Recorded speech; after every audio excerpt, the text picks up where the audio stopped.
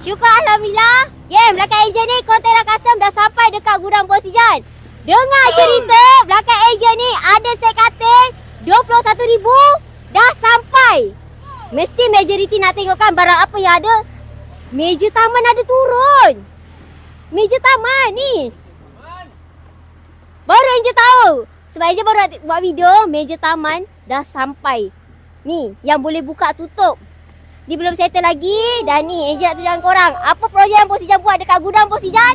Belakang Angel ni ada JCB. Kita tengah korek longkang.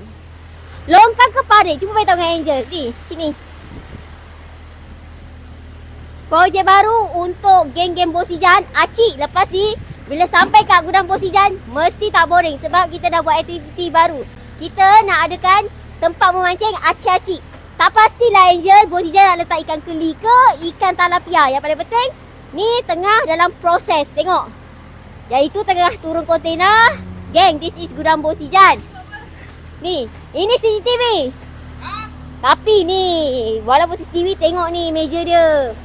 Oh, tengok meja ni. Wood slab baru sampai. So senang je cacik. Gudang Bos Ijan nak ready ada, nak custom macam kontainer ni ada. Singgah je cacik.